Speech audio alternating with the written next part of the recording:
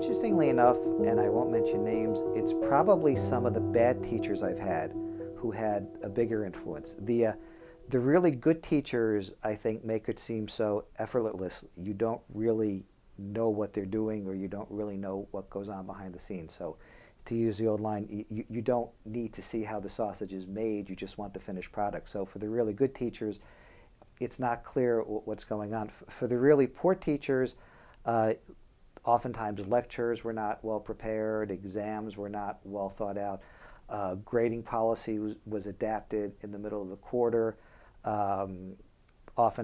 Occasionally I could find myself in classes where there were some logical gaps in the grading policies, which I could, as an undergraduate, use to my advantage.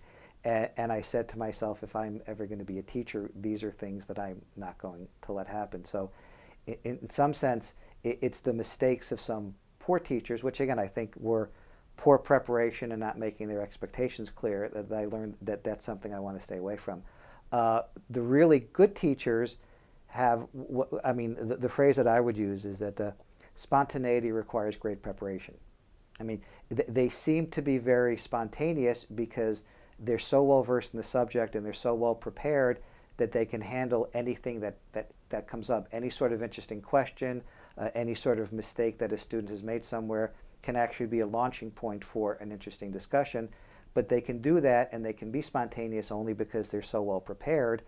And in some classes where the professor is not as well prepared, I think you get the comment from student of, well, he or she really knows their stuff, but they don't know how to teach it. And I think that's really not quite the point.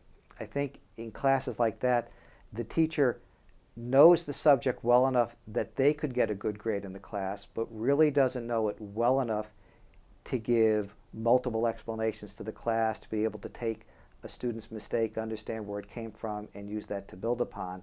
So I've never really quite bought the line of someone is really smart but doesn't know how to teach. I think it's they really don't know the subject to the level that you need to teach it, because to teach a subject properly, you need to know it a heck of a lot better than you did just to get a good grade in the class.